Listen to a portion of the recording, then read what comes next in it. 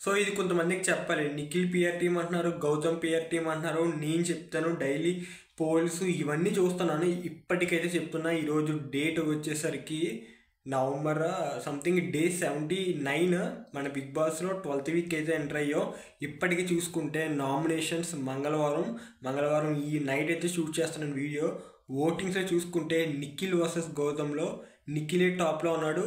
నిఖిలే winner అయ్యే లక్షణాలు ఎక్కువగా కనిపిస్తున్నాయి. వారం నుంచి చూస్తున్న ఓటింగ్స్లో గౌతమ్ అంటే కొన్ని పోల్స్లో ఉంటున్నాడు, కానీ కొన్ని పోల్స్లో ఎక్కువగా లేడు. అంటే ఎక్కువగా మేజారిటీ ఓటింగ్ లేదు, నిఖిల్కే ఉంది. అండ్ మోర్ ఓవర్ చూసుకుంటే ఖచ్చితంగా నిఖిలే విన్నర్ అయ్యేటట్లు ఉన్నాడు. మరి గౌతమ్ ఏమవుద్ది అంటే, నేను గౌతమ్కే సపోర్ట్ చేస్తున్నా, నా ఓట్స్ కూడా గౌతమ్కే వేస్తున్నా. బట్ గౌతమ్ అయితే ఓటింగ్స్లో లేదు. అంటే గేమ్ పరంగా నామినేషన్స్లో ఎవరో పాయింట్ తెలియదు గౌతమ్ టాపిక్కే. So Gautam ticket to finale task కూడా స్టార్టింగ్ దాని గురించి కూడా మాట్లాడుతున్నాను.